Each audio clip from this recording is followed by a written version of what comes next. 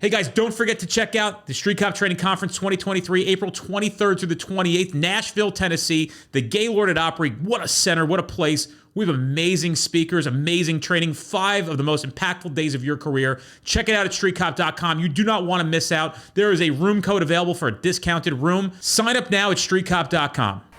111, 110.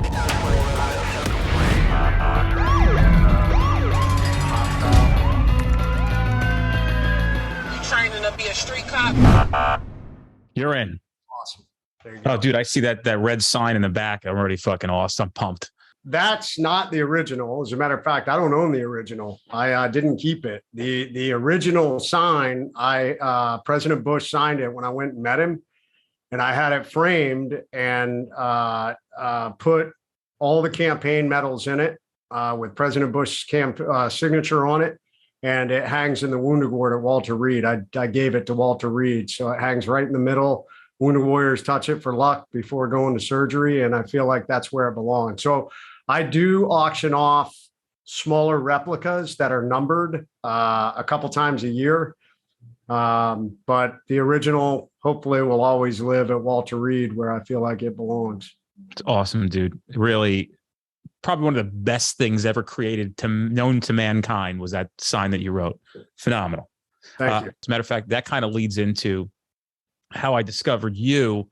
I was literally driving in my car having a very difficult moment, and I put in YouTube. Literally, I put in how to get through tough times, and yours the first that came up, and I saw you. I went, okay, just at this guy's fucking face. So did you actually type that in? How to get through tough times? Because Exactly. we picked that exact title for the TEDx talk. We put a lot of research into what to name that TEDx talk. It's exactly what I put in, dude. That is It's exactly what I was looking for. It makes me happy. It's something I needed. I don't know if it was everything that has helped me along my journey in this tough year of mine. And I thought I was somebody who's bulletproof and completely resilient, and you could not get through to me emotionally into that level to really rock me until things inside my safe zone started to fall apart. And I do like at the end of it, I was like, oh my God, I got to fucking DM this guy. Yeah. Well, awesome. Well, I'm glad you did. You hit me at an amazing time because right now we are blowing the fuck up. I just did the Sean Ryan show and it is breaking every record Sean has ever had. I mean, we have reels that have over 5 million views on TikTok right now. I mean, it's insane. So it's pretty cool. And yeah, man, I'm just trying to continue to get this message out there. How'd you end up at Virginia Beach? Home of the East Coast SEAL teams. Oh. So I spent my entire career here. Interesting. My parents divorced and bounced back and forth between the two of them. So I lived all over the place growing up and then joined the Navy, and I stayed I had an address in one place my whole career. I was hardly ever here, but it was good for my family. So we stayed here. My wife's uncle's actually a Virginia Beach fireman. Oh, no kidding. Right on. Yeah. I've spoke for the fire academy a couple of times. It's awesome, man. It's such good shit. I have so many good questions for you. And I think it's gonna be a little different than what you're used to, because I think that people who know your story, I'm sure you've told it 7,465 times. I will say this podcast follow the same format. So yeah, you end up, that's why the Sean Ryan one was so much fun and refreshing, because it was like, all right, awesome, man. We got time to get super deep and tell stories that I've never been able to tell before. So yeah, I welcome the thought pattern. So Dennis, I'm all about it, man. Do you guys try and keep it clean? Do you guys? Oh no. Here and there. I'm a real piece of shit, Jay. Yeah. I love it. I actually have been putting a lot of thought into going forward. I've actually dialed it back quite a bit. And the reason is because I don't want to drop the ball, because it's everybody's ball to drop. And I don't want to do that. I have a lot of responsibility now. We have a lot, we probably have a good portion of the cops in the country now looking at us for guidance.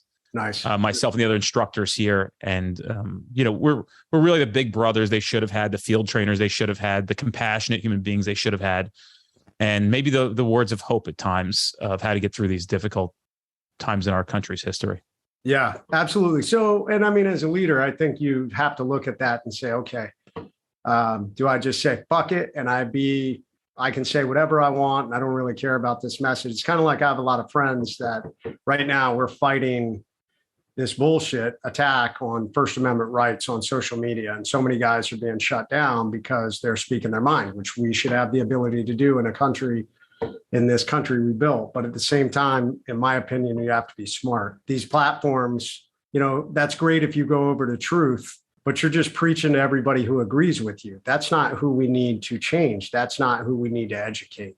So I've been careful. And okay, how do I continue to get my message out? How do I state my opinions without being an asshole about it or being so blatant? Because, man, I got friends that have been canceled right and left, man. They've had their accounts shut down.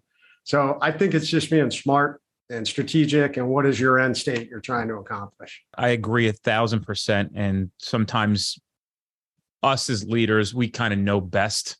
And we can't let the noise to the left and the right, which either way you're gonna scream, affect what our judgment calls are. So, and we're gonna go into some of those questions I have for you. But my first question for you, Jay, is tell me about the pig. Winston the pig, man, dude. So first off, we have to preface this story. My wife is the female Jack Hanna. Like there's only one animal my wife does not like, and that is a snake. Beyond a snake, my wife will bring in every roaming, crawling creature on the planet into our house. And we have had virtually every type of animal. So, of course, this passes down to my daughters. And my oldest daughter has always loved pigs. And at the age of 19 last year, ordered a teacup pig from Utah without telling us. And suddenly this pig shows up. Like literally, I am on a trip and my wife says, okay, I got to tell you something. You're probably not going to be very happy about this. And I came home to find this piglet. And I was like, no, I was pretty angry for the first few days. And my older daughter is the most like me. She's an amazing kid. And she finally managed to convince me to allow her to keep this pig, who became known as Winston the pig. Now, Winston has grown to almost, I think Winston's about 80 pounds now. But he lives in the house, which I still sometimes scratch my head at. But my wife also helping me run social media marketing. The ongoing joke from the beginning is like, someday I'm going to eat Winston. And and that has now become this whole social media thing. And Winston has his own damn following damn near. I mean, I go to events and I speak on high level leadership and resilience, and I meet people and they're like, tell me about Winston. So I will say he's incredibly intelligent. My daughter has taught him all kinds of stuff. There are times we do videos that I crack up at. I mean, this video of him watching the Sean Ryan show, I was laughing my ass off at. So that's awesome, dude. Yep. When I see the videos on your Instagram and I look at you as a father and say, it seems like you have a great relationship with your kids. Can you talk about that a little bit? I do. And, here's the thing about raising kids and running a company. Leadership is leadership regardless. And really the same principles apply. So when I talk to people about my 3 rules of leadership, they are lead yourself, lead others, and lead always. Same principles apply to how you raise your kids. So, this old idea of do as I say, not as I do, really doesn't work. It's never really worked. But in this day and age where kids have access to so much information and where there's so few leaders and role models, guess what, man? It comes to you. You have to set the example for your kids. And I have tried to do that right from the very beginning. So I want to be friends with my kids, but at the end of the day, I'm dad. And I am a leader and I set the right and left limits and I will hold them accountable for those limits. And those are the things that we do. The flip side of that coin, no different in leadership within any team or organization. Your job is to raise your kids to be their own leaders. They have to get out in the world and be functioning citizens, to be hopefully, this amazing country we live in with freedom and opportunity to go out and seek out their own freedom and opportunity. Well, in order to do that, you've got to allow them to grow up and make their own decisions. So you give them the guidance, you give them the right and left limits, and then you let them go out there and you trust them. And sometimes they're going to totally screw up. And that's something we've also done with our kids. So I've been really blessed. My oldest daughter, who, like I said, is the most like me, the most precocious of my three kids, she's the one who gave us the biggest run for our money when she was about 14 and a half and kind of strayed. And that was a really hard time. And I had some friends who were like, hammer her ass, just lock her in her room and throw away the key. But I also knew if I did that, I knew me. I would have been like, fuck you, I'm out. Like, I'm not going to deal with any of this. Instead, I had to kind of empower her and also allow her to figure these things out, that the path she was choosing was not a good one. And it took about a year and a half to go through. So I have a great relationship with my kids. The other thing, my wife and I are a united team. We agree on how we're going to lead. Our kids don't mom and pop because my wife and I are in agreement on how we do anything, maybe aside from pets. But yeah, that is where we're at. And I'm very fortunate to have three amazing kids. The pets is the loophole they figured out. That's what it is. They know where they can fucking push. They know mom will trump dad every time on pets. They figured it out. I've just given up on that. I'm just like, okay, whatever. This is like when I bring my kids to like the power sports center. They know, they're like, yo, did you see this fucking go-kart? And I'm like, I noticed it too. And like, what do you think? And I'm like, I think we should just get it. Right. And then I'll come home and they're like, my wife's like, you realize there's no more room for all this shit. And I'm like, no, there's some room in the shed. You're like, it was the kids. It wasn't me. The kids did it.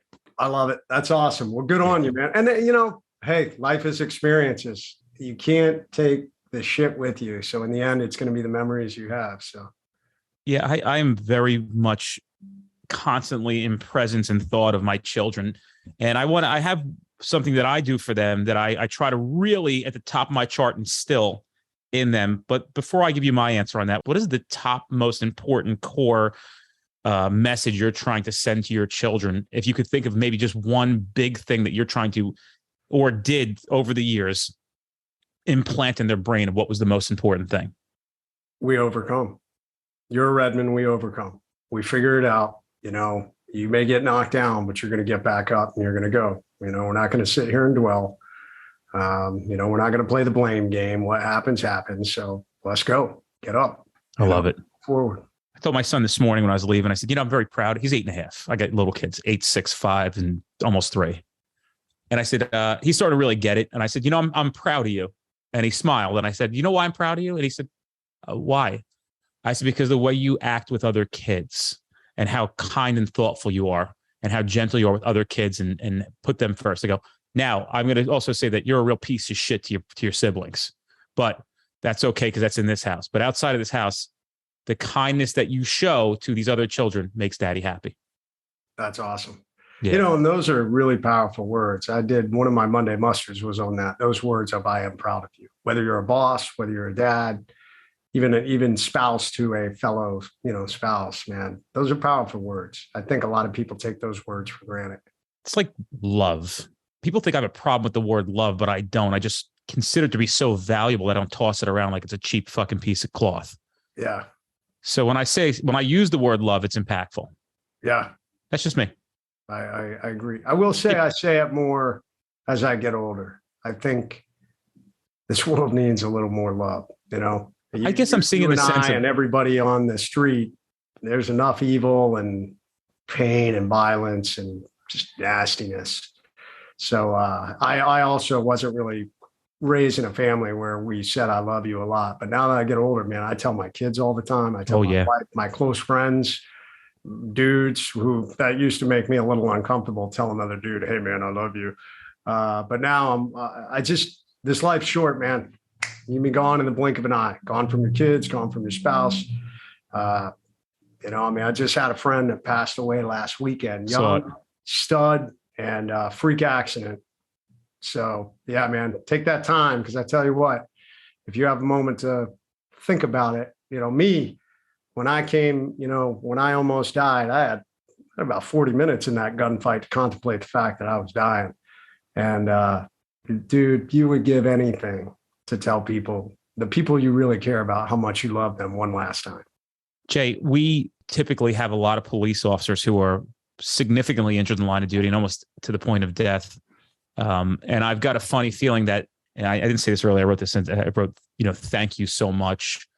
When I say these things, I mean them because I try to really put myself in what that must have been like and try to come a fraction close in my mind to what you went through. And I'm able to have a little context because of all the cops that I interview and know that have been significantly maimed and injured as well. The magnet, I don't think there's a lot of people who really, really, when they say thank you for your service, I know they mean it at the surface, but to really, really mean it, to really put some thought into what you experienced and what you did and why you did it and why you were there. Well, we sat comfortably and a man like you stepped up to the fucking plate. I don't know if thank you is enough of a service. So I just want to say thank you now on the surface and just know that it goes way deeper than that. Just thank you. Thank you. When did you realize you were very intelligent? When did that happen? Weird question, right? I don't know if that's happened. I will say, I don't know if I'm really intelligent. I mean, that's probably a stretch. I will say, I think I've always been a deep thinker. And with deep thinking at times comes problems. I give it to some people who aren't deep thinkers. They take things on face value and they act. That also can get you in trouble, but sometimes there's power in that. I often joke that I am a slow fucking learner. Oftentimes because A, I think too much about things, and B, I sometimes think I know better, or C, this is where I'm really famous from in my own path, is even though other people have done it before and it may not have worked for them, I'm like, oh, I can fucking make this work. And so a friend of mine once said, man, Jay, there's the easy way of doing things, there's the hard way of doing things, and then there's Jay Redman's way of doing things, which is, I'll set myself on fire and, drink gasoline as I try to do this. As I get older, I'm trying to get smarter.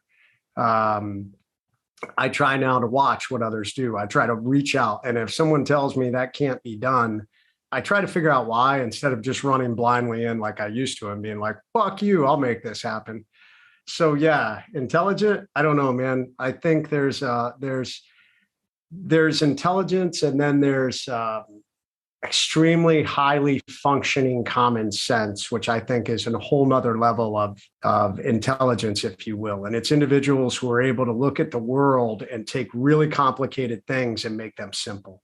And then adapt to those things very quickly. Like, I don't have a great business mind. I have figured out business slowly and oftentimes painfully. Whereas I have friends who are geniuses in business. They can look at a complicated problem and immediately have a solution and figure out how to monetize it and make tons of money. So yeah, there you go. There's a very long answer to I'm a deep thinker.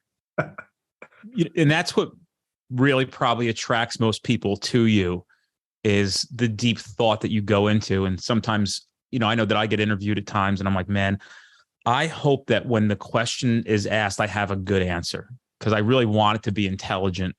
And I'm a deep thinker as well, probably to my detriment a little bit. But you said slowly and painfully is typically how you learn, and namely in business. That's the only way you learn in business. So don't think it's just you. I got my fucking teeth kicked in the past 7 months, and nothing, some stuff outside force, some side inside force, some lessons learned. We just talked about this earlier. There was an episode of Shark Tank where Barbara Corcoran was trying to sell herself to one of the entrepreneurs that was pitching the product. And she said, you should work with me. I've made every mistake in the book. She's like, there's not a thing that I've done right yet. That's why I'm good for you. Nice. It's just it's such a that can be my sales point too. Yeah, but it's when you understand what she's saying as a business owner, like, we make fucking mistakes all day long, but we don't sit there and count those mistakes. Well, that is the difference. Yeah. And actually, I am a huge fan of your mistakes make you into who you are. I mean, look at me. I am the product of a series of mistakes and failures and catastrophic events and ambushes. And that really is what makes an overcome mindset. I tell people, look, an overcome mindset can't be created in easy times. You can't just flip a switch and suddenly turn on an overcome mindset. You've got to fuck up, and you've got to have made mistakes, and you've got to have tragedy have occurred in your life. That's what makes an overcome mindset. So if you always seek out the easy way in every aspect of your life, I got bad news. Someday when the first real life ambush hits, you will be unprepared. Sometimes even if you're prepared, you're unprepared. Well, true. And then you continue, but I'm living proof that we build upon them. You stack life ambushes, as I describe them, one on top of another, and your ability to successfully navigate out of it builds. So oftentimes people will say to me, frequently people automatically think that my battlefield injuries were the hardest thing I've ever been through. And it's not true. Hardest thing I've ever been through was failing as a leader and being told, we want to kick you out of the SEAL teams. Rock bottom, put a gun in my mouth, failure point. Like literally, I almost took my life. And I did not think I could recover from that on a number of levels. I mean, the SEAL teams, no different from, law enforcement, fire, any career where there is we have a lot of egos, it's a lot of alphas. And man, when you screw up, we will eat our own. It's like blood in the water in a feeding frenzy. And we don't tolerate that failure very well. And most individuals that have been in that situation leave. And I almost did. I almost left because I convinced myself that little fucking lion demon inside your head that says, you'll never come back from this. No one will ever follow you again. You'll never recover your career. You'll never rebuild your business. You were in a divorce. You'll never love again. No one will ever love you because you're a fucking broken piece of shit. All those lies in your head, I almost bought into them. And everybody else will buy into them also. But the prior failures, and in this case for me, it was climbing out of that leadership failure hole, that little over 2-year climb, leading up to me being grievously or seriously injured on the battlefield. I'll be honest, when I laid in that hospital bed, it only took about a week before I said, hey, bro, you just walked the hardest path you've ever been through. And you created a formula. Guess what? That formula applies here too. I don't care if you're laying in a hospital bed or you're leading a business or you're leading, a fire department or a police department. Guess what? The formula of leadership is the same. And I told myself, so quit your fucking whining. Let's go. The formula. We can do this. And I'll be honest, it made it easier for me. I was able to say, hey, you went through this. So that's why I tell people that going through major life ambushes and crisis and tragedy and failures and mistakes sucks. It's miserable. But if there's any positive thing you can look for in it, it's a little bit, Brent Gleason has his book, Embrace the Suck. And I would say embrace the suck, because your ability to get to the other side makes you stronger for future ones. And it'll set you up for success for the future ones that are coming. And they are coming. They're always coming. What do you say to somebody who maybe in their mind think they're at the rock bottom and almost feel like they don't know what to do now? One, it's never too late. And two, it starts with you. So this kind of gets into the methodology I teach when we have a crisis moment or a life ambush. And life ambushes come in 3 different categories, in my opinion. We have the minor life or the micro life ambush I talk about in my book, Overcome. This is the ambush of the mind. All of us encounter these. Some of us encounter them every day, depending on your level of positivity or negativity that you live in. But it's that little voice that tells you, you're not good enough. And oftentimes it's the scars we carry from younger or prior ambushes that form us. So if you were an abused kid, physically, mentally, emotionally, you'll probably carry a lot of baggage and a lot of negative self-talk. These micro ambushes are going to happen at regular time. If you were in an abusive relationship, women who came up in an abusive relationship, physically, mentally, or emotionally abused, oftentimes they are telling themselves all these things. If you were sexually abused, whatever it is, it's easy to get inside your own head and lie to yourself. So race, creed, gender, I don't care what it is. We all have a tendency to get stuck in these moments. Then comes the schedule disruptions, when something big comes along that knocks you off your schedule in a negative way. And then, of course, comes the major life ambushes. These are the breakups, divorces, business failures, injury or accident to you or someone you love, sexual trauma to you or someone you love, or the loss of someone you love. And probably the biggest ones I've seen is the loss of a child. So number one, anytime these things happen, you are on the X. And, I think in law enforcement, you guys use that same term. The X is the point of attack. It's the point of crisis. It's can be an ambush point. I use it to describe any adverse event in your life.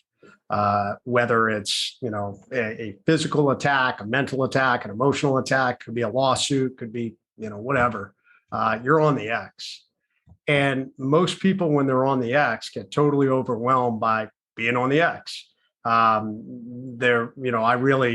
It was when I was kind of coming out of my battlefield injuries that I began to see the similarities between a battle ambush and the bullets and bombs of battle, and a life ambush and being hit by the bullets and bombs of life. We react the same way.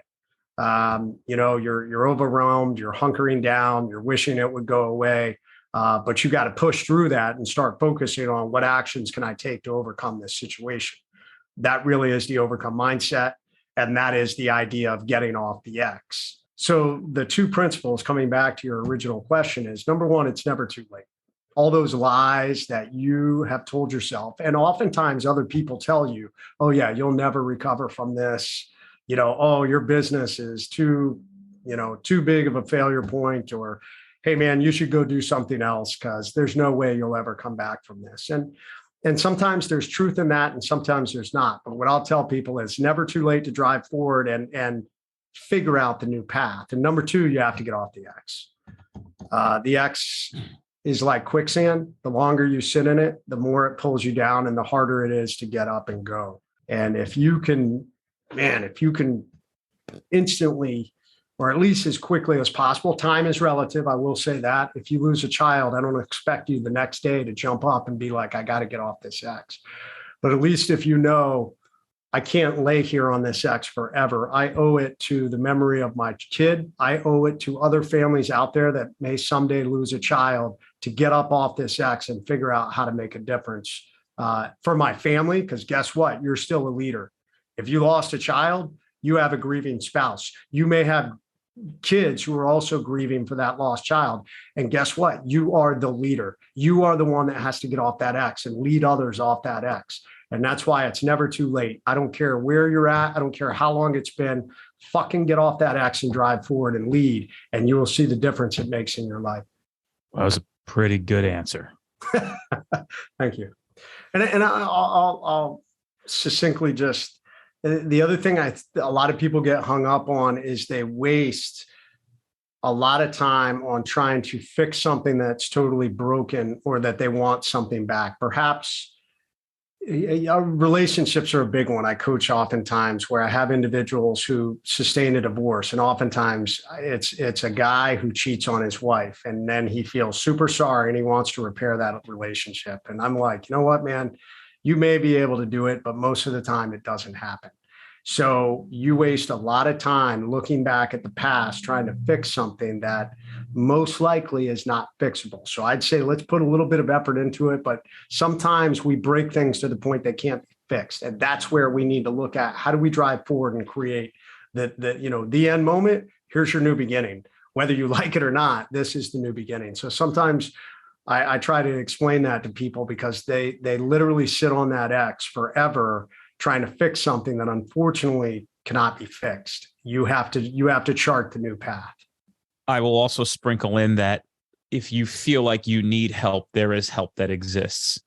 But again, there's going to have to be some initiative for you to pick yourself up and go find some of these things, because typically people aren't bringing them to you. There's got to be some initiative. That's why it's the one foot in front of the other. Maybe it's to go to see a therapist to get taking that initial step.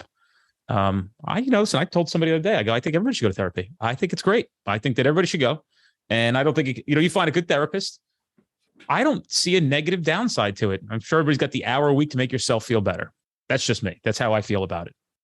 Well, and you know what's funny is cops, firefighters, and military are the worst.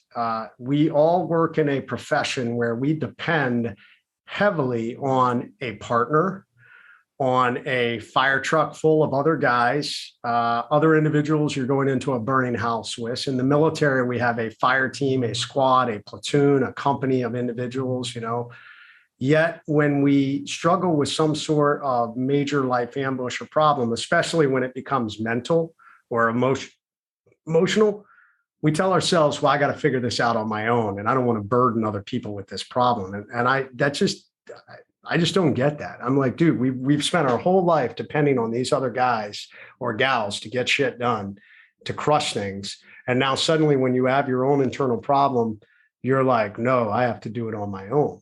I mean, it kind of flies in the face of everything we've been trained to do. So I really encourage you to apply that same principle to every aspect of your life. I'm a pretty high functioning, Navy SEAL who got all fucked up, and I struggled mentally after it for a while. And finally my wife was like, this is not working. So I had to go get help. And I encourage anybody out there to do the same. If you think you're too tough for help, put your ego in check, man. I think there's also some anxiety with actually taking that first step. But it's a big step, and I don't think it's any different than zip lining and you're scared, or jumping out of a plane and you're scared. I have a saying that I would fucking hope that I can copyright this, because it's one of those moments where I was like, this is profound. I have a thing that says in my mind that I'm not the toughest guy in the world by any stretch of the imagination. Although I have fear, I am not afraid. I really try to encompass that a lot and try to really understand what is causing the anxiety of fear and what's the reality in that fear. And I've had a lot of soul searching lately to really unpack that. That's what courage is. I mean, courage is your ability to act despite fear. When people say, oh, that's a courageous person, it doesn't mean that they, Adam Brown's book is called Fearless, and Adam was an amazing human being. But I guarantee in those final moments, are some of the more dangerous moments of your life. I don't care who you are. There is a moment where you're like, holy shit, I could die, or, what I'm getting ready to do, could have catastrophic events or catastrophic consequences. So, but we still do it because we're courageous and we know the impact it's going to have. Like, hey, there is a reason I'm doing this. I am going to protect someone. I'm going to protect someone on the streets. I'm executing a mission at this high level that may have, strategic or operational impact. I'm running into a burning building to save someone, or maybe I'm just taking a stance that may not be the popular stance. And man, I could get vilified for this, but I believe in it and I have conviction. So there's courage in that too. So maybe you could just give, and I'm not trying to downplay the seriousness of the situation you went through. In the beginning, I said that I wanted to make this more about the Jason Redman now versus the Jason Redman then, and what led to that more. Maybe if people aren't familiar with what your story is, and that actually annoys me that you're not at the moment as famous as I think you should be. Maybe just a quick explanation of who you were, what you did. And I don't want to do what everybody else does to you. So, but maybe just to paint some context. All right, I'll answer that in 1 second. I will also say that oftentimes I hear a lot of people say, well, I've done this and I've done that, so I should be at the same level with this person over here. And I take the world as it is, not as I wish it would be. And I just say, you know what, it's not my time yet. And instead, I got to keep grinding and doing what I do and what I believe in and what I feel like my new mission is. So, and I would encourage everybody to follow that path. If you start getting bitter and saying, well, I should be here, that's driven by ego. The reality is it may not be your time yet, man. So you just got to keep grinding. If you believe in your mission, are you doing it for you? And because you believe are you doing it because you believe in your mission? So anyways, that's kind of my thought on that. So, well, I'll be pessimistic for you. Don't worry.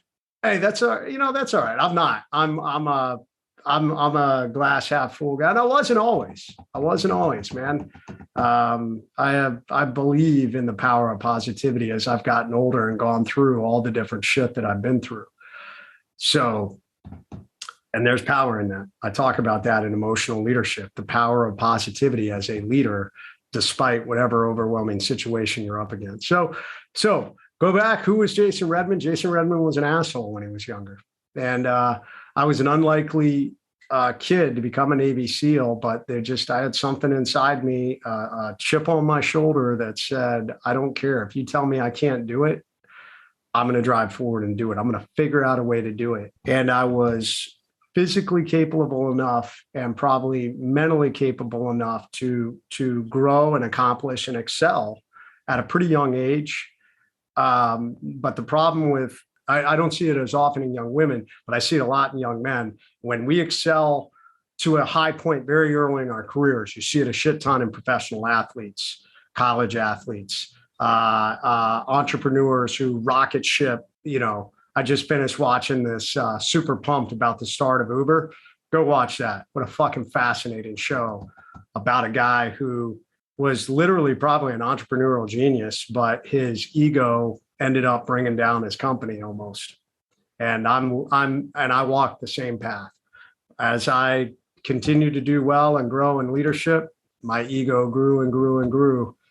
And I just, poor people skills, younger, a little bit of a bull in a china shop. And, all of that led to my fall. I went from an enlisted SEAL to an officer and came back as a young officer thinking I was God's gift to leadership. And I wasn't, and made a lot of mistakes, was not following the leadership path that I walk now, lead yourself, lead others, lead always. I was only following number 2, lead others, but I wanted to lead others by, hey, I'm the leader, so you should follow me. So if I tell you what to do, you should do it, but don't try and base that off how I'm leading or the things that I'm doing, or, hey, if I'm out partying like Tommy Lee at night, that's my business. That's not your business. Don't fucking look at that. But so I had failed at a bunch of points as a leader and had some serious growing up to do. So, that's really what, this book is all about. A lot of people who have never read this book's a book about failure. It's about a young SEAL who catastrophically failed and almost got himself kicked out, but then picked himself up and said, okay, I've got to reinvent myself. And I did. And I reinvented myself. And then at the end of the reinvention journey, the redemption, I got all shot up. And that kind of brought that phase to a close, but it started a new journey. So there you go. Jason Redman in a nutshell. Comes with age, man. And you know what? I'm guessing that you probably had nobody to guide you about humility as a kid, just like me. I just didn't. I grew up in a socioeconomic environment of, I think about it all the time, man, like the shit that we used to do and what was applauded, what was okayed as growing up where I grew up. I feel bad for the circumstances of that's continually just recycled. Even the humor at the police department, or what was funny, what wasn't, what was the stories that were told, what wasn't. And I'm not saying it was deplorable. It's just, it wasn't setting anybody up to have humility. Right. And humility, I make these fucking signs and hold them up for likes on Instagram. One of the ones that did really well was, humility is a rare trait in law enforcement, but a very powerful one. I agree. I met Gary Vaynerchuk years and years ago. The guy changed my life, obviously, but when I met him for the first time, probably the biggest thing that I took away from that gentleman when I met him in person was he made me feel like he was no different than me when I met him. I actually watched him almost act as a waiter for people in this room that we're at, helping people, like some lady's glass was broken. He's like, I'll get you a new one. Stay right here. And I'm like, this is exactly, as this thing grows, what I need to just remind myself of how he made me feel. So when you speak about it, I just like you do a lot of self-reflection and say to myself, why was I like this? And I'm glad that I'm more like this now because I had somebody who showed me how to be better. Yeah. And I think that you are taking who you've been, what you've been through, and really showing a lot of humility by sharing that with people. That's a cool thing, man. Thank you. And definitely there were leaders. You're exactly right. I mean, the greatest leader I ever worked for, I write about him in my book, not his real name. He's probably the most humble guy. I'm probably, in my opinion, one of the greatest leaders I ever worked for, ever witnessed. I kind of pray someday when he passes away, his kids will allow me to tell his full story with his name. But he was by far the greatest mentor, and he was the most humble leader I ever saw. Leadership can be learned, and people don't realize that. It can be learned 100%. if you want to learn it. I actually teach. My methodology for leadership is called Learn to Lead, and it's an acronym. Anyone can learn to lead. It's never too late to learn to lead. You left out a little bit of part that you were in an insane firefight. And I'm not going to go to, you don't have to go too much details of that because I don't want to take up your whole day. I don't even want to do the service by trying to quote some of the stuff you said, but maybe you can give a little context of what kind of injuries you sustained and what your recovery period was like. And that's going to lead me into my next question, which is going to be a good one. You're going to like it. It was a week before going home and went after the number one leader for Al Qaeda in the Anbar province. It was a very, very intense firefight. It was basically 6 of us, really 5, because our interpreter did not have a gun. So 5 of us against, we estimate to be a 12 to 15 man enemy force with 2 PKM machine guns.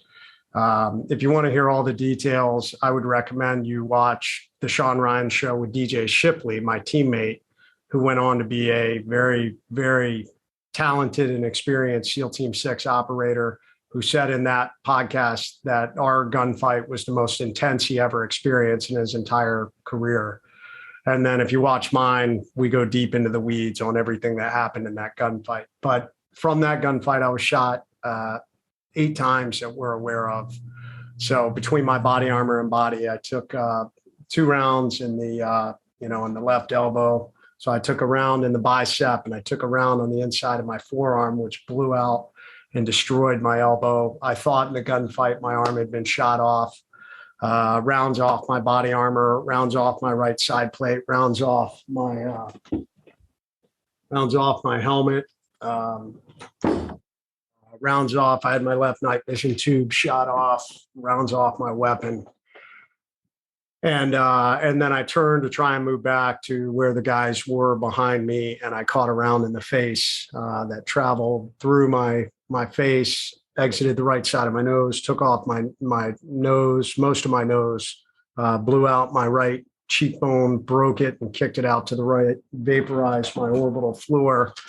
I don't know if you can see this in the light. Wow. That is a 3D acrylic model of my skull. So you can see the path of the bullet. You can see that it vaporized the orbital floor. The eye fell into this newfound hole and obviously did a lot of damage. So to make a long story short, my teammates, I owe my life to my teammates. I owe my life to my team leader who ran forward and got me, pulled me back, got a tourniquet on my mangled arm. The guys helped pack my face, and then we ended up calling a fire mission from the AC-130 directly on our position, which miraculously we survived. Wow. So started a whole new journey, 40 surgeries over 4 years, very difficult, a lot of setbacks, a lot of a tough journey to get put back together. But I also had a lot of amazing opportunities. The guy that rebuilt my face is probably one of the best oromaxillofacial plastic surgeons in the entire world, and a civilian doctor, not a military doctor. He was out of Johns Hopkins and Baltimore Shock Trauma, and I through a series of kind of unique circumstances and a little bit of my own driving my care, ended up falling into his hands, and he did an amazing job. So yeah, long journey, but a journey that also, once again, taught me a lot about myself, a lot about who I am, and really continue to build this idea of self-leadership and the overcome mindset. Do you remember the moment when you were in that hospital bed in Bethesda, Maryland, right? Yeah, that's right. Do you remember the moment when you made a decision on how you were going to live the rest of your life, laying there mangled? I can't even begin to imagine. But do you remember the moment when you made that decision that you were going to look at it a different way and take different steps? Yeah, and I don't want to say it was this instantaneous moment. I'd say there were kind of 3 decision points that occurred, and it happened over about a week. The first decision point was I was really struggling. And like many of us do, when something catastrophic happens, especially if you're a leader, you start second guessing yourself. Oh man, I should have made this choice and not this choice. I should have gone right instead of left. I should have done this. I should have done that. And I was really laying in that hospital bed, kicking myself. And finally I just stopped. I said, bro, like, you can't go back and change the past. Like, I asked myself, did you do things how you were trained to do it? And the answer was yes. And I said, all right, then all you can do is drive forward. So stop kicking yourself. And now we got to drive forward. The second point was probably trying to figure out the path forward. What did that look like? And I knew it was going to be a long path. I mean, the doctor had told me it was going to be years to put me back together. And oftentimes when you're in a really bad situation, whether it's a divorce, whether it's cancer, whether you lose someone, other people want to place you into what I call the victim box. Like, there's a new pandemic in America. I want to let all of you know, I call it the victim mindset. We're all so many out there are trying to out-victim each other. And I don't know why, as humans, we have a tendency to place people into the victim box when they go through something like, oh, that's so terrible that happened to you. So, you'll probably never be the same because of this. That's bullshit. Don't do that to people, and don't do it to yourself. And that kind of happened. I was in the hospital and I was kind of struggling to where I go forward from here. And I had some individuals that had come into the room and they started talking about what a shame, what a pity, these young men and women, they're so broken and battered and they'll just never be the same. And when they left, I was laying there kind of, and like I said, it'd been about a week since I made the decision, hey, you can't live in the past, you've got to drive forward. But I didn't know what that path looked like. And I'll be honest, you talked about it. With any catastrophic event, there's a period of mourning. So there was a period of mourning. I was like, man, is my special operations career over? Am I going to be, I did feel like I was going to be a monster forever with the grievous facial injuries I had. And now I got these people that are like, oh, he'll never be the same. He'll forever be a victim. I joke in speeches now that, am I going to be Lieutenant Dan from Forrest Gump? The hookers and booze, Lieutenant Dan, not the you've got new legs, Lieutenant Dan. And it was in that moment that was when the switch kind of got thrown, and I was like, no, that's not me. Like, what you need to do. Like, you got to get up and lead. Like, you have to get up and set the example.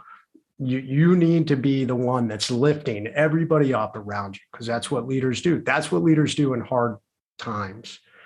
And I was like, okay, that will not be me. And from this point forward, I told my wife, I said, I will no longer feel sorry for myself. And I refuse to allow anybody else to come into this room and feel sorry for me. And that is what led to that sign on the door, which really became the launch point, if you will. And it became my mission statement. That's a big thing I talk to for a lot of people. When you truly set something in stone and writing and say, this is who I am and this is what I stand for. And especially when you write it down, dude, it becomes your anchor. It becomes your light in the darkness. I don't care what, because I'm not telling you that over 4 years, I was Johnny, always like, I don't care what setback I've had. I mean, dude, there were times I fucking cried my eyes out waking up after a setback from a surgery, or I was in so much pain I couldn't see straight. But I would look at that sign and I'd say, dude, that's who you fucking are. Get up, let's go. You got to lead your kids. You got to lead your wife. There are other wounded warriors looking to you. You're a SEAL. There are other SEALs that are looking at you. Let's get up and go. And that sign says that's who you are. Sounds like having a purpose is important. Yeah, your purpose is synonymous with mission. How do you see your situation where you were significantly injured, essentially gravely injured today versus seeing it before? I try to tell people because, I know a lot of people, and when you know a lot of people, you're going to see people in some of the roughest situations. I'm not trying to compare your situation to anybody else's. Very, very different. But I try to remind people when they're in this shit, like, hey, man, everything that's been fucked up in my life has been the best thing that ever happened to me. You've got to keep the faith that that's true. And it may not show up in a day or a week or a month, But in some due time, you're going to look back and say, I thought it was the worst moment of my life, but it was the best thing that ever happened to me. For most of us, yeah. And I will say that I every bad thing that's happened to me was a great thing. I would not go back and change anything in my life. I don't know, maybe sometimes when I was an asshole to people that I could probably undo that. But the hard things I went through made me better. But here's what you have to realize, when you talk about being gravely injured and as you build yourself back, you're never going to be the same. And this was the biggest struggle I had as I was rebuilding myself, especially physically. I wanted to be the Jason Redman, pre-injury Jason Redman. I wanted to have all the strength and all the abilities that I had prior to that injury. And when that was not happening, or it wasn't happening fast enough, then I was depressed. And I would want to not push myself as hard because I kept buying into this idea of, well, I can't be the same guy I used to be. And the reality is that was absolutely true. But I have a whole chapter in my second book, Overcome, about this. When you build yourself back, especially coming back from a physical accident, injury, or illness, you will not be the same. I describe it as kind of like if you take a ruler and suddenly you take a 12-inch ruler and I was to chop a piece out of it and now glue it back together, it's going to be shorter. It's going to be marginally shorter or even more shorter, depending on the level of damage that occurred to it. So guess what? You're no longer this 12-inch ruler, you're 11 inches or whatever it is. But you have to figure out how to maximize your new 100%. And that kind of became that took a while to wrap my head around and say, okay, I may never be the Jason Redman pre-injury, but who is the motherfucking ass kicking 100% Jason Redman post-injury? And that Jason Redman showed up at that swim in New York a couple of weeks ago and destroyed that swim. This dude who's got half an arm crushed that swim, did 300 push-ups and 66 pull-ups and a 3-mile run with my teammates and brothers and so many patriots in honor of the guys we lost on Extortion 17. That's the new 100% Jason Redman. And everybody has that within them. I don't care if you've lost limbs. I don't care if you've lost loved ones. I don't care if you lost your job. There is a new 100% version of you. And as soon as you accept that and figure out where it is and start going after it, it is amazing what you can accomplish. We have a group called the Street Cop Survivors Club. And essentially at our first conference, our first national conference was in October of 21. We had honored 30 plus police officers who were significantly injured in the line of duty. Some of them really, really crazy stories. And I was overhearing the same thing from them, that they felt like they had nobody. They could not relate to things. So I said to these guys, listen, this may be a crazy idea, but I think that we should create a Facebook group like the one we have for our cops already, but for you guys. And we have, as of yesterday, 100 or a couple of days ago, 108 members. After creating that club, these men and women have now found so much comfort in meeting people like them. And as you talk those last moments, I can't wait to clip this and share that with them, because I think that's exactly what a lot of them need to hear. And I have no fucking business. I told them this. I said, guys, I will help you from the business end of things. If you have questions, I have no business being in this group with you other than to help you do what you guys have to do. I told them at the time, I don't even belong in this fucking room. I'm not worthy of it, but I'm here to help. I just think about that gift that you just gave these people that I know and to the rest of the world. Well, that's I've been trying to decide I've been playing with coaching, and I have a coaching group, the Overcome Army, which is a lower level group coaching for people who want to become the best version of themselves. But what I'm really this year, I'm revamping for my high level executive coaching. I was thinking about, what is my superpower? I help individual climb out of that hole of failure, adversity, crisis, mistakes. If you fucked up and slept with your secretary and screwed up your business and you're totally ashamed and you're getting divorced, guess what? I can help you overcome that, because I've walked that path of digging myself out of a hole. And so you talk about that group. It's those of us who have the scars, man, physical, mental, emotional, or financial. And you think you could never overcome those scars. Let me tell you something. Those scars can become your superpower. You may never be the same, but you will figure out your new 100% and be better from it. And I'm living proof of it. I guess I have one last question because I don't want to take up more of your time. And then I want to give you a nice thank you at the end. So don't race off just yet because I want to tell you how much I appreciate this. But we kind of separate ourselves from the way we do our courses based on how our PowerPoints feel. When I was watching your TED Talk, I took notice of the fact that you had a pretty fucking good PowerPoint. Who made that PowerPoint? I did. And did you have to like learn it on Google and YouTube how to do that shit? No, because I'm a nerd officer who had to do a lot of PowerPoint, So once again, people. Here's a great example of, embrace the things, and this is one of the, learn to lead. My last rule of learn to lead. The N stands for there are no shortcuts. Leadership is learned through experience, and it's doing the things you don't want to do. Oftentimes, you learn more from the things you don't want to do. So, as an officer. As a young SEAL officer and a naval officer, I had to do a lot of the administrative stuff. I wanted to be I wanted to be that guy only kicking down doors and shooting and doing all those things, but I had to learn these other things. So yeah, I am a PowerPoint ninja. And if I had not embraced those things and learned those things, I would not be at the level I'm at today. And as a speaker, your ability to have great graphics and in your messaging. And that's grown also. If you go back to the beginning, I wasn't as tight. But once again, experience teaches and you get better and better.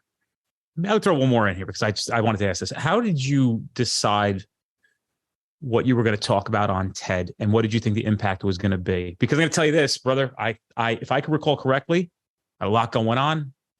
I think it really got me emotional. And it's exactly what I needed. So if that was the intention, at least you can know that one person in this world was affected by it. So I got a funny suspicion there was a lot more people with 108,000 views on it. And man, I'm really thankful to hear it's 108,000 now. One, it was really hard to decide what was the core message I was going to deliver because you had 18 minutes. That's a really tight timeline to deliver a very powerful message. And to do it in a really powerful way that hooks people that say they want to come back. So I have a good friend who's a business guy, and I bounced ideas off him and some other friends and practiced and settled on that format and flow. And I wanted it to be able to connect to anyone. That was one of the goals also. I didn't want to be this Navy SEAL. And it's one of my goals as a public speaker also. I don't want to be this Navy SEAL that you show up and you're like, oh, this Navy SEAL told this great story, but I don't relate to him. I want to be, oh, that guy happened to be a Navy SEAL, but holy shit, his message, I relate to it as a human being, as a fellow leader and stuff like that. So those were all the goals with the TED Talk. I'd really prayed it would go viral. It will. Okay. Well, and I feel like a lot in my life is that way. I don't have a lot that instantly explodes. The Trident was out over a year before it finally hit the New York Times bestsellers list. As a matter of fact, I didn't even know it hit the list. My agent never told me. I didn't find out till 5 years later it made the New York Times bestsellers list when we wrote Overcome and they said, hey, we're going to write New York Times bestseller on the book. And I was like, no, that's not true. And they're like, yeah, it is. You made the list, in 2014. Never knew. So once again, it comes back to you never know. We all have our ideas and expectations. I've done a lot of national media. I've done a lot of really big podcasts. Sometimes I hope that they are going to explode and they don't. Sometimes, like the Sean Ryan show right now, it has exploded and I'm thankful for that.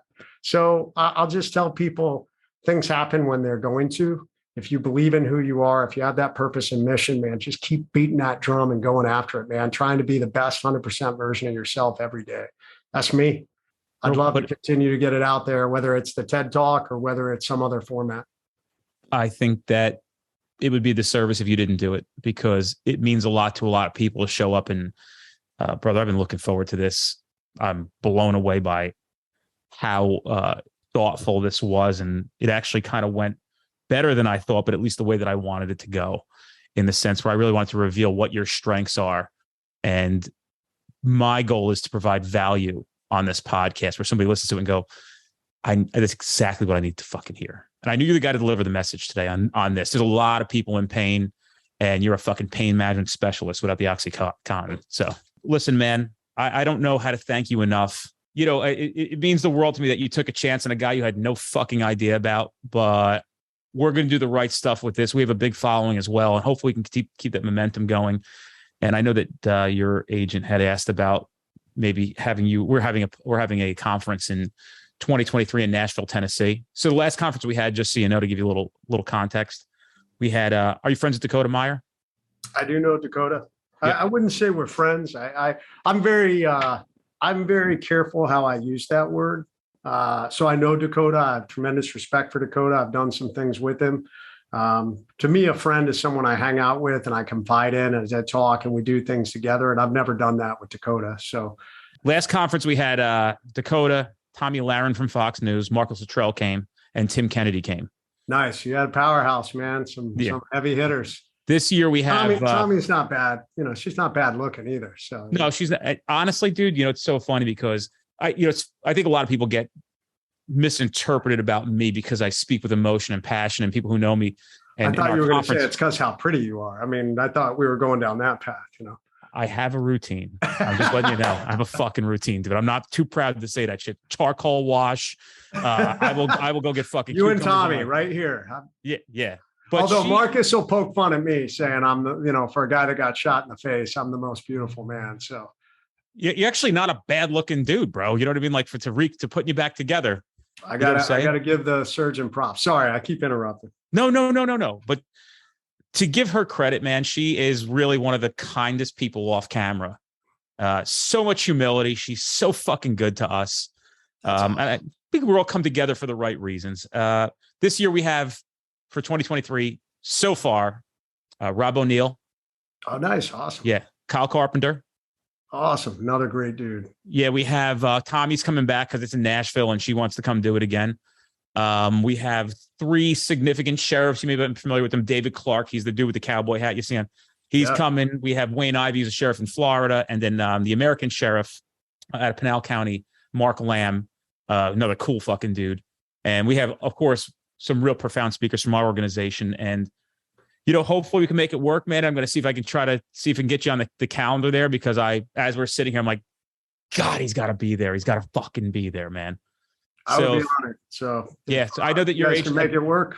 I'd love it. Cool, man. So listen, again, thank you so much for everything, and anything we can do for you at any time. If you've come across our content and you thought something was cool, or you want to do this again, brother, we're yours. I know you're busy, but I just can't thank you enough from the bottom of my heart. I really appreciate it. Dennis, my honor, man. And man, to all you law enforcement out there, brother, I love you guys. I appreciate you guys. Don't buy into all this bullshit that's out there. The majority of Americans still appreciate you. That's for sure. And we need you, man. We need you. We need new, young law enforcement willing to step up. And you older guys, I know I'm speaking to a lot of departments who are bitter and you're like, I'm just going to ride my time. We need you to step up and lead now more than ever. So it's never too late. Sir, thank you again. Thank you.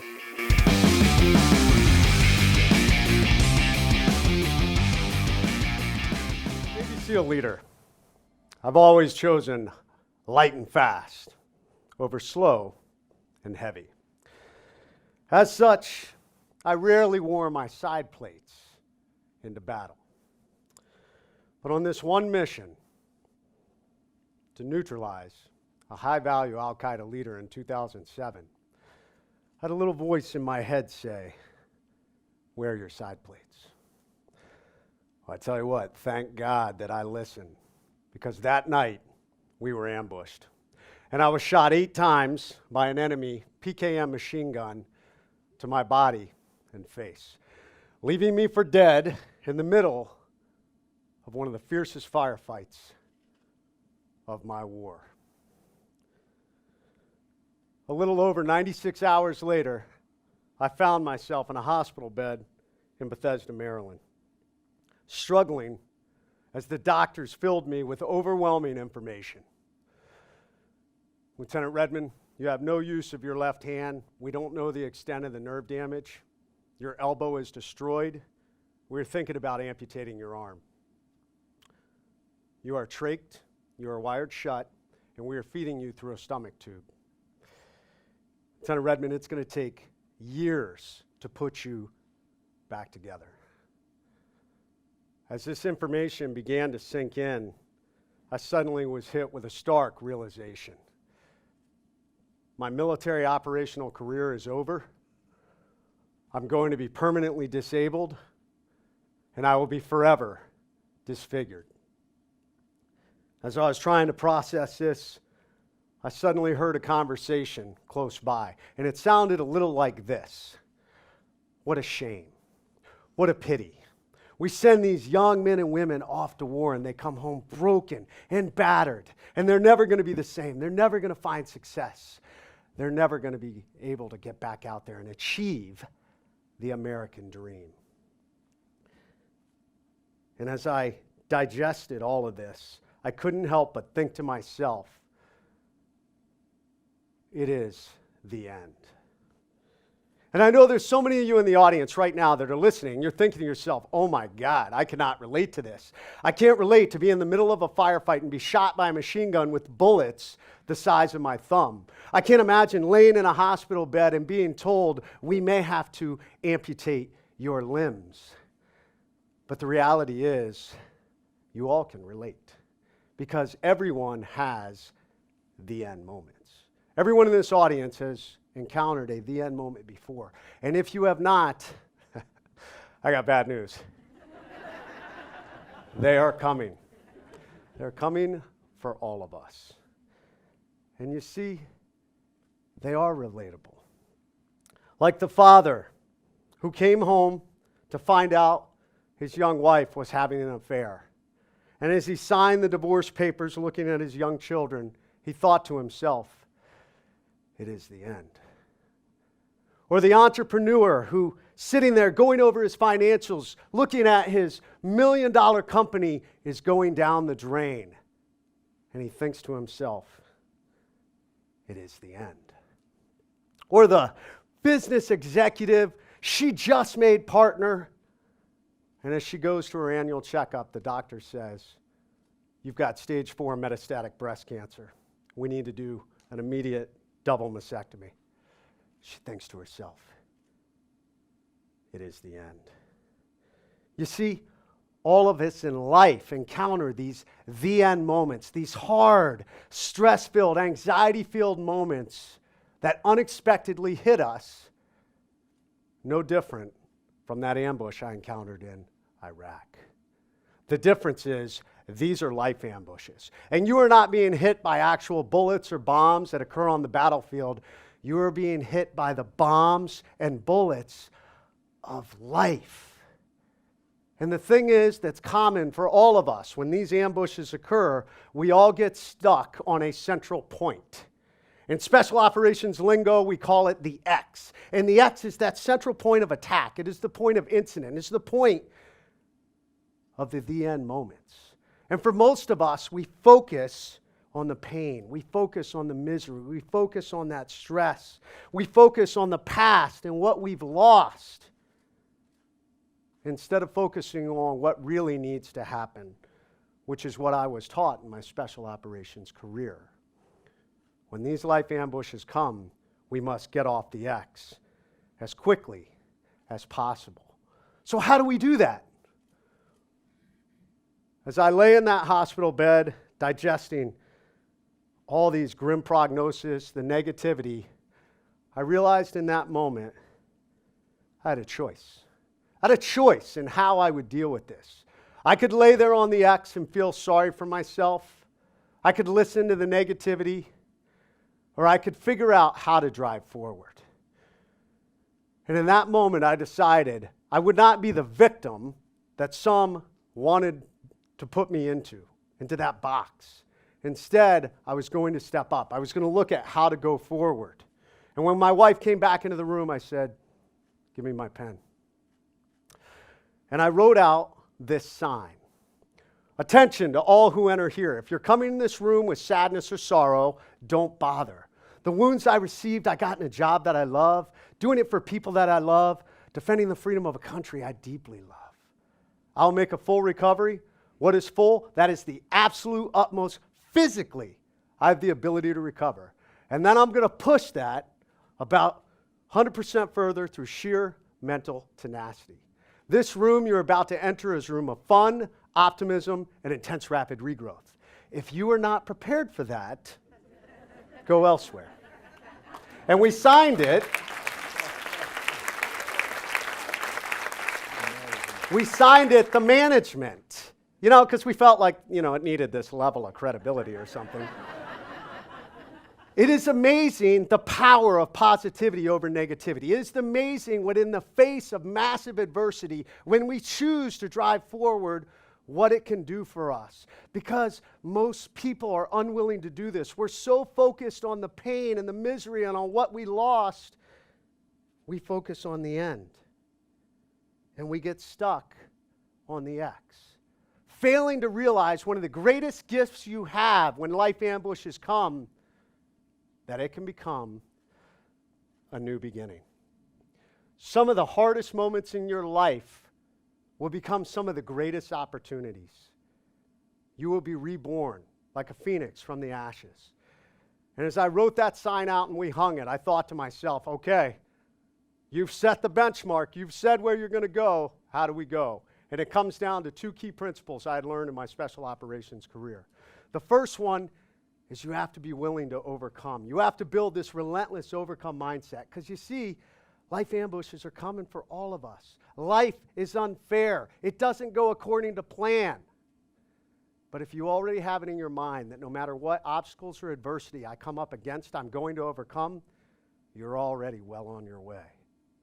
And number two, when we get on the X, we've got to think about how we move quickly off of it. And I had learned the same thing that my teammates and I managed to do that night to come home from Iraq. I learned to get off the X, you have to react. And you see, react is an acronym for what we do with massively hard situations, these life ambushes, these the end moments. And the first step is you've got to recognize your reality. And you see, this is really one of the hardest things, because when life ambushes come, when the end moments come, for many of us, the very first step is we're in denial. We don't want to admit it. We want to push it away. Like an ostrich sticking our heads in the sand, we just hope and pray it'll go away on its own. Yeah, I got bad news. That doesn't work. Like when I was laying there in that firefight, at one point I was thinking to myself, I'd really like to call a timeout right now. Life does not work this way. And I've got to tell you, you will never get off the X until you come to grips with the reality, until you acknowledge and articulate there is a problem. Houston, we've got a problem. And it is at this point that you are starting the process to move forward. Number two, now that we know it, we've got to evaluate our assets. We've got to take an inventory of all the things we need to get out of this crisis. As I lay there, pinned down by enemy fire, in my mind, I started to think about, this is a bad situation. How do we get out of it? Well, I've got my teammates. I've got a Marine Corps quick reaction force. I've got an Army medevac helicopter crew. I've got drones. I've got an Air Force AC-130 gunship. These were all the assets we had to utilize to bring this problem. No different than we all have in life. You see, when these hard moments come, we need to think about, I have my family. I have my friends. I have some money in an account, or maybe I need to borrow some money to deal with a problem. Maybe I need an accountant. Maybe I need an attorney. Maybe I need a priest, counselor, chaplain. It doesn't matter. All that matters is we evaluate these assets and take stock of our inventory. The next one, we've got to assess the possible options and outcomes. And when we look at this, oftentimes when people make it to this step, there's this sudden sense of urgency. Like, oh my God, I'm in a crisis and I need to move right now. And so often we tend to put ourselves in a worse situation because we did not think through the steps. So this is where it's critical to take inventory, to look at our options, and look at the outcome. And one of the hardest parts of this step is oftentimes when we're in a crisis, there is no good option and outcome. It is choosing the best of the bad decisions. And so often, so many of us don't want to do what needs to be done, which is the short-term pain for the long-term gain. It took me 12 years to get to where I am now, and I followed this process. Number 4, you've got to choose a direction and communicate it. And this is absolutely critical, because one of the things is when you have a life ambush and you're on the X, you are never on the X alone. Your family gets pulled onto the X with you. Your kids get pulled onto the X with you. Your spouse is on the X with you. If it is a business ambush, your employees, your colleagues, your partners, they're all on the X with you. And guess what? In that misery, agonizing, stress-filled, the end moment, they feel it too. And this is where you have to step up and provide something that is one of the quintessential pieces of the overcome mindset. When you say, this is where we're going, and this is how we're going to do it, you give people hope. Hope is a powerful ally. And the last one, most important, you have to take action. You have to execute. I've watched so many businesses, individuals that have gone through trauma that go through this process and they get into this infinite loop where they continue to go back and forth through this process without ever taking action because they are waiting for the perfect moment. They're waiting for the lull and gunfire. They're waiting for their next paycheck. They're waiting to close this deal because it's going to be the tipping point to allow us to get out of this crisis. I hate to tell you, the perfect moment will never come. The time to move is now. The time to get off the X is now. And here's an interesting fact. Out of all the thousands of wounded warriors I've worked with, individuals that have been through trauma, companies that have suffered through failure, crisis, massive change, the ones who got off the X the fastest didn't just survive, they thrived. They launched from their ambush, and they were able to drive out of it faster because there's an interesting fact about the X. The longer you sit on the X, it's like quicksand. It gets harder and harder to get up and move. This is why this process is so critical. Life ambushes are out there. The reality is, right now, for all of you out there, you were either in a life ambush, you're coming out of a life ambush, or somewhere out there on the horizon, one is waiting for you. But here's the good news. You have a choice. You have a choice in how you're going to deal with it. That day in that hospital, I chose to drive forward. I chose to overcome. I chose to not be limited by what the doctors said my prognosis would be. I chose to ignore the negativity around me. I chose to figure out not how I would be the past version of who I was, because the reality is that's never going to happen. Instead, you have to figure out how to become the best version of your new you, your new 100%. And I created something called the Pentagon of Peak Performance. And I looked at, and over the last 12 years, I focused physically, mentally, emotionally, socially, and spiritually. And it brought me to this spot right here. So the good news is, when these life ambushes come for you, you have a choice. Choose to be positive. Choose to put your own sign on the door. And choose to get off the X and overcome. Thank you. Guys, if you're in an area where you're trying to get to our classes, but we're not close to you, fret not. We actually have on-demand training at streetcop.com. You can take that course online right now, and then you could attend that training in the future at no additional cost. You can redeem your voucher, so you get 2 for the price of 1. We don't want to deny you the ability to take this training now, especially knowing that it can keep you safe, at a very minimum, putting bad guys in jail where they belong, and at the maximum, going home to your family. Check out streetcop.com for that offer.